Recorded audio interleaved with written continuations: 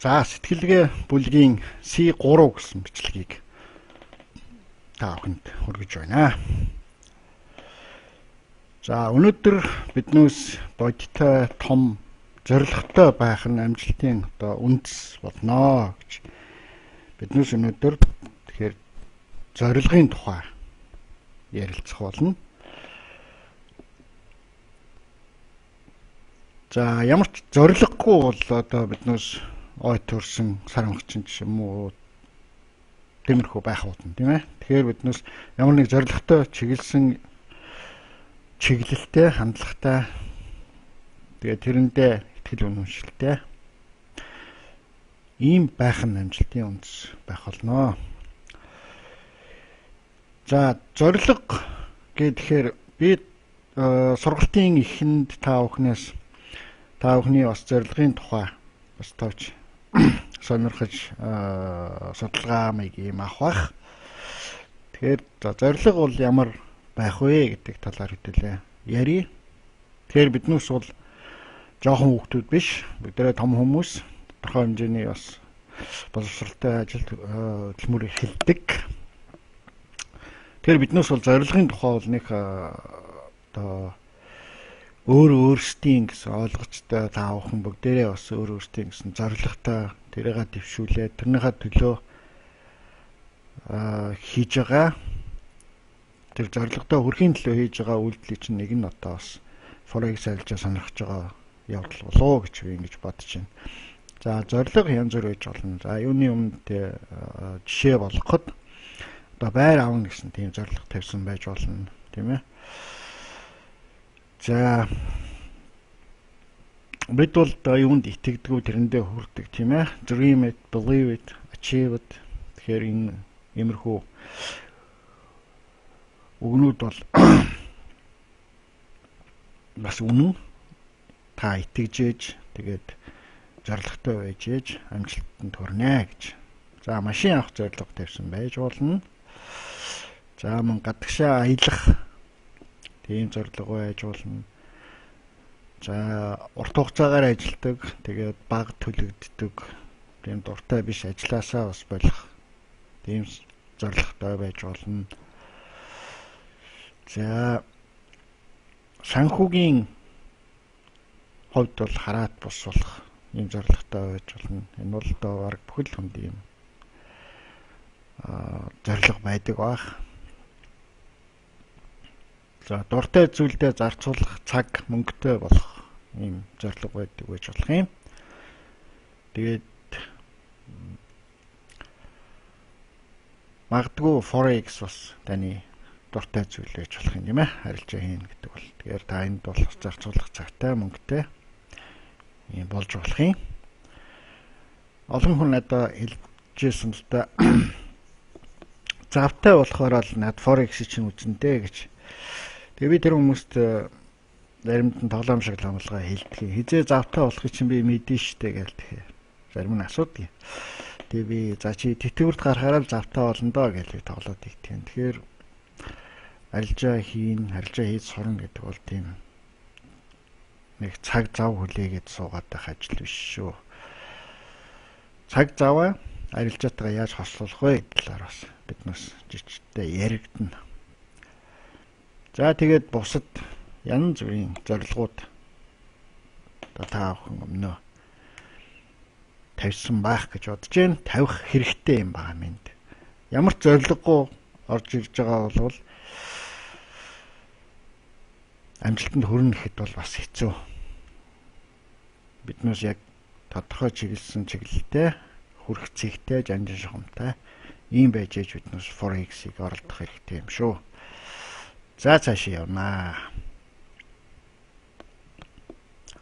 За итгэл үнэмшлийн талаар гэж хэдэн үг хэлье гэж байна. Сая биднээс зорилготой байх талаар ярьсан тий. Тэгэхээр тэр зорилго маань биелэх хэр магадлалтай юм бэ тий. 5% магадлалтай юм уу 90% магадлалтай юм уу тий. Тэр зорилгодоо бас хүрэх арга маань бас хэр итгэл үнэмшилтэй юм бэ гэдэг ийм асуудлууд байна. Тэгэхээр энэ итгэл үнэмшлийн талаар бол бас бид ярих хэрэгтэй. Итгэсэн зүйлдээ одоо амжилт гаргана. Итгэх юм бол чи энийг хийж чадна гэж. За нэг тиймэрхүү үг биднээс амьдрал дээр зөндөл сонсч ирсэн тийм ээ. Гэтэл одоо хүн одоо нэг итэг гэдэг ах ч одоо бас хэцүүхэн санагддаг. За нэгдүгээрт итгэхэд учир бий. Тэр учир нь бас учиртай шүү гэж байгаа. Тэгээд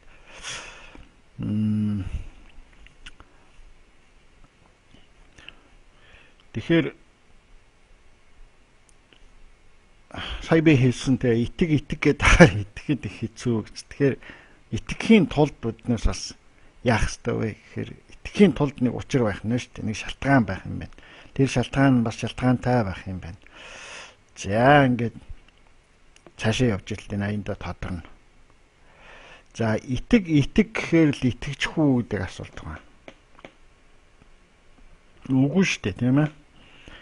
За жишээлх юм бол намайг даваг дэрж аврахтаа сумо барилдуулахар боллоо гэж бодъё л. Нэг хэсэг хүмүүс над дээр ирээд хэлж байна. Чи өөртөө итэг, чи ялна. Чи итгэх юм бол ялчна гэж. Тэгээд яг одоо гандан гарч ном уншуулна. Овон дээр гарч хэмраа сэргэн, зоргоо чангал 100 татна. Байдгал аргаа хийн. Гэхдээ л би итгэхгүй штэ. Яаж би аврагыг дийлэх вэ? Зүгээр яста магадгүй тэр өдөр авраг өөрөө санамсаргүй халтраал ундаг бол тэгэл би дийлнэ гэж бол байхгүй л те. Тэгэхээр итэг гэдэг ахаар ингээд итгэнэ гэдэг маань нэг тийм тамхины утаа шиг тэнгэрт яваа үүл шиг нэг юм хийсвэр зүйл болж өрөөд байгаа байхгүй. За бид энэний өмнө тодорхой зорилготой байх тухай ярьжсэн тийм ээ. Тэгэхээр тэр зорилгууд маань бүгд мөнгөнд дүнд шилжүүлж болно шүү дээ. Юм болгоныг мөнгөөр ингээд илэрхийлээд мөнгөнд дүнд шилжүүлж болно. Байр 80,000, машин 20,000, гадаад аялахад 5,000 аюу гэдэг. Ингээд биднээс тодорхой мөнгөнд дүнд шилжүүлж болно. За яагаад мөнгөнд дүнд шилжүүлээд байгаа юм бэ гэхлээрээс биднээс өнөөдөр Forex арилжаа хийх гэж байна. Forex бизнес хийх гэж байна. Forex бизнес гэдэг маань тооцооны бизнес шүү дээ. Тэр энд биднээс тоо бодох хэрэгтэй. Тийм учраас биднээс тэр боддог нэгж рүүгээ мөнгөн дүн рүү юмнуудаа шилжүүлээд бодох учиртай. За дараагийн 3 дугаарт нь.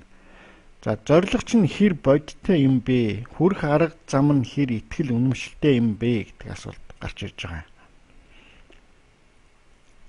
Энд ерөнхийдөө тэг яригдаад байгаа юм нь болохоос одоо итгэхэд учир бий. Тэгээ мөнгөнд дүн шилжүүл. Одоо тэр зорилго чинь хэр бодиттой юм, тэг хүрэх арга зам нь хэр итгэлтэй юм бэ гэдэг асуулт тавигдаж байгаа. Ингээд нэг юм руу яваад байгаа нь та нарт мэдэгдэж байгаа бах тий. За жишээлх юм бол та нарын зарим нь магадгүй энэ сонссон байх. Би тэр нэг түүчний имээгээр жишээ аваад ярих бас дуртай. Жишээ нь тэр годамжны үзүүрт байдаг имээ түүцэн дээрээ бөөндж аваад харантуулж хаас авчиж зардаг байгаа байхгүй юу. Тэгээд имээ бохонд явахдаа мэдээж энэ ажлаа эхлэхийн өмнө иймэрхүү нэг тооцоо хийсэн болов гэж бодож байгаа юм л да. Тэгээд одоо наран туул дээр ингээ 80 төгрөг бөөнөр нь авахаар түүцэн дээр ирээ ширхгээр нь зарахаар 100 төгрөг. Тэгээ нэг бохноос 20 төгрөг унан ч гэдэг юм уу те. За нэг явахдаа би нэг 200 бох авчирий. Тэгвэл 400,000 төгрөгийн одоо ашиг болно. Тэгээд автобусны ирэх очих 400. Тэгээд тэрнээс одоо ингээд бос зардал тэгж явахдаа нэг хоол идэж магадгүй ч гэдэг юм уу ингээд. Нэгсээр яваад за 3,200 бах авидрхэд 3,200-ийн ашиг унах юм байна гэдэг ийм тооцооллыг товч болов хийжээж тэгжэж итгэл үнэмшил нь төрж байгаа болоо тий. Тэгээд тэрнийхээ үндсэн дээр явнаа хоо гэд гараад алхсан болоо.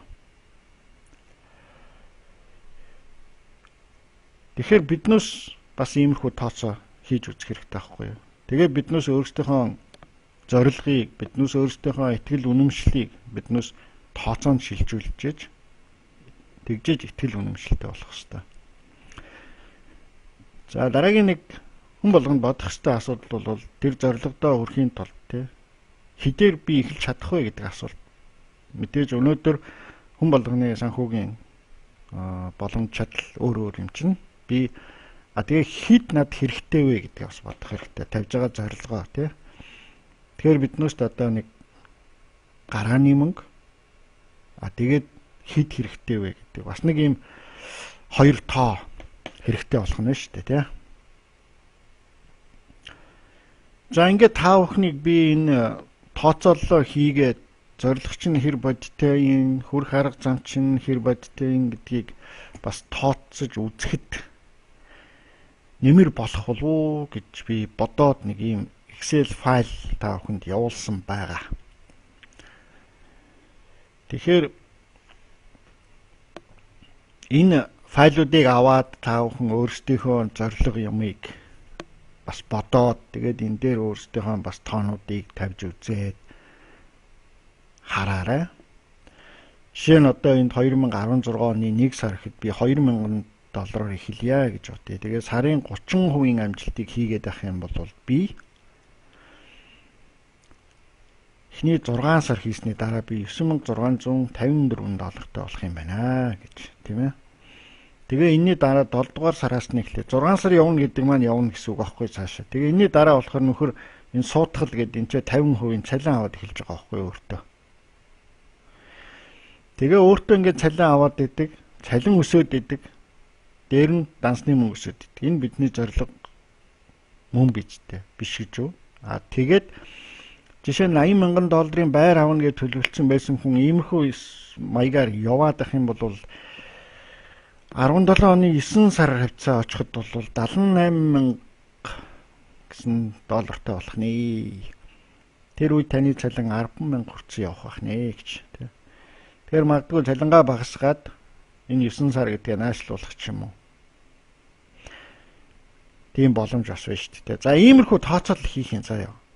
За нөгөө учиртай гэдээс одоо эндээс бол за энэ ч ахтай амархан л юм байна нэг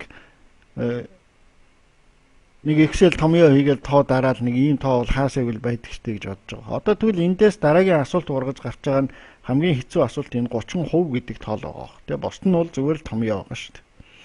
Тэгээ сарын 30% гэдэг чинь хэр бодиттой юм бэ гэдэг тоо гарч байгаа. За энэний тухай дараа дахиад яригдсан заяа. Тэн дээр та бүхэн тайван байгаарэ. За дараагийн зорг. За бид юуны өмнө энэ шатаар авирах хэрэгтэй л да. За юуны өмнө биднээс зорилготойгоо болсон тийм ээ. За та бүхнийг би бас өөрийнхөө зорилгоудыг над нийн нургу бичээсэй гэж би бодож байгаа. Би мэдээж хүний юмыг хүнтэй хуваалцаад байдаг тийм хүн биш. За бид зорилготой болсон. Дараа нь бид төлөвлөгөө хийжсэн тийм ээ. За энэ төлөвлөгөө гэдэг маань бол ер нь бол энэ сургалт тэр чигээрээ сургалтын дараа биднээс тэгээд алжааны төлөвлөгөө энэ төр гэдэг юм хийн. Тэгэхээр энэ зөвхөн нэг удаагийн хичээл биш. Энэ сургалт тэр чигээрээ орж ир дараа нь биднээс төлөвлөгөөгөө хийх хэрэгтэй юм шиг. Тэгээд энийгээ хэрэгжүүлээд байна. Энийгээ хийгээд байна. Энийгээ хийгээд байна. Энийгээ л хийгээд байна энд. Тэгээ биднээс зорилготой энэ төрнө. За ийм шатаар л хэдүүлээ 10 хэдүүлээ хөдөлцөөл нэг гүйчих юм шүү гэж ингэж бодож байгаа юм. Тэгэхээр өнөөдөр бол биднээс ингээд сэтгэлгээний тухай, бодит зорилгын тухай, тэр нь ямар ихтэй байхын, тэн дээр ямар хуу тооцоо хийж болохын ингээд иймнуудын тухай яриад байгаа. Тэгэхээр энэ сэдв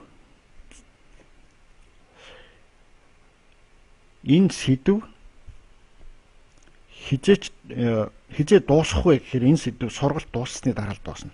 Яг гэвэл биднээс сэтгэлгээ, аргачлал, менежмент гэсэн 3 зүйл байгаа салгаж болохгүй гэж ярьсан шүү дээ. Тэгэхээр сэтгэлгээ ярьж байхад нэг хэсгийг л ярьж байгаа. Тэрнээс бүтнээр нь ярьж болохгүй. Дараа нь биднээс аргачлалаа ярина, дараа нь биднээс менежментээ ярина. Тэгээд тэрийг ярьж дууссаны дараа ингээд энэ бүх зураг та бүхэнд илүү тодорхой болох хэрэгтэй байхгүй юу? Өнөөдөр бол бид ярьж эхэлж байна. Яарах хэрэггүй. За энэ тэр файл дээр байгаа дараагийн хүснэгт тэр 30% чинь задлсан хүснэгт. Тэгээ энэ энтрийг бол биднээс менежмент дээр очиод бүр нэг бүрчлэн задлаад ингээ ярих учраас энд бол би нэг дэлгэрүүлж яриад хадуурч явмааргүй байна. Тэгээд та нас өнөөдрийн энэ бичлэгээ үзлээ. Тэгээ менежмент хэсэг дээр энэ тооцооллуудыг задлаад ярьчихна. Тэгээ тэрний дараа харин та нас эргээд нөгөөх тооцоогоо ингээ хийхэд чинь илүү тодорхой юм болж эхэлнэ. Энийг бас хийгээд бүрэн ойлгохын тулд биднээс бас аргачлалаа үзэх хэрэгтэй болно. Тэгээд тэрний дараа энэ бүгд тодорхой болно. За. Цаашаа явъя. За энэ бас нэг хүснэгт байгаа. Тэгээд энэний тухай биднээс дараа маш дэлгэрэнгүй ярьцгаана. За зорилготой боллоо. Зорилгоо дэвшүүлчлээ тий. Түүндээ хүрэх итгэл үнэмшилтэй болчихлоо. Арга зам байна уугүй байна. За энэ итгэл үнэмшил яагаад тийм чухал юм бэ гэж асуулт гарч ирж магадгүй. За бид зорилготой түүндээ хүрэх арга барилдаа итгэл үнэмшилтэй бол нэгдүгээрт нь бид ирээдүгээ харж төлөвлөж тооцож чадна. Нөгөө түрүүний үзүүлсэн хүснэг шиг биднээс сарын 30% өсөлт хийгээд чадвал бид хэдий тийм болно, эдээд ийм болно гэдэг урьдчилсан зураг тооцоог биднээс бас гаргаж харахад илүү бодиттой болж эхэлнэ. За хоёрдугаарт бид замаасаа хазаахгүй тууштай байж чадна. Мэдээж бид энэ замаараа сард өөрийнхөө тооцсон хувийг амжилттай хийгээд яваад байгаа бол бид энийг л хийгээд авах. Тэрнээс биш амжилттай сайхан явж яснаа л за боли өөр юм хийгээл нэг тэгээ яваад өгөх хүн байхгүй болов гэж бодож байна. Энэ замаас биднээсийг хөөж гаргадаг хоёр зүйл байгаа шүү дээ. Айдас шунал те. Айдас шунал хоёр байгаа шүү дээ. Тийм. Тэрийг маш сайн зохицуулаад өөрөөр хэлэх юм бол энэ зорилгынхаа төлөө энэ төлөвлөгөөнийхөө дагуу амжилттай ажиллаж яваа болов шуналдаа битгээд ийл дээрээ л гэсэн үг. Магадгүй энээс ихийг хиймээр байна гэдэл. Тэгээд өдөрт хийх арилжаагаа нэмдэг юм уу, лотоо нэмдэг юм уу, эсвэл одоо илүү олон цагаар суудаг юм уу, ингээд ямар нэг байдлаар буруу алхмууд хийж болохгүй гэдгийг л маш сайн санаж авах хэрэгтэй. За 3 дугаарт нь Forex арилжаа хийж сурна гэдэг маань бас тодорхой хэмжээний хугацаа шаарддаг. Бас тийм амархан зүйл бол бас биш. Өөрийгөө захирах, өөрийгөө хүчлэх уюуд гарна. Бас шантрах уюуд бас гарна. Тийм уюудыг даван туулж биднээс нөгөө зам дээр тууштай зогсоход маань энэ итгэл үнэмшлийн зорилго биднээс маш чухал ач холбогдолтой. Ямар ч зорилгогүй гэрээсээ гарсан хүн бол маш амархан зам хазаадаг үстэй. Нөгөө утлын хоншоор хаашаа иргэн тийшээ л яваад гэж болно тийм ээ. Гэтэл яг тодорхой зорилготой тэргээр орно, тийм ажил үйлчлэлтэн гэж гарсан хүн бол яг тэр маршрутаараа л гүйдэг шүү дээ. Тэрнтэй л адилхан. За ингээд анхаарал тавьсан баярлалаа. Дараагийн бичлэгээр уулзлаа. Баяр таа.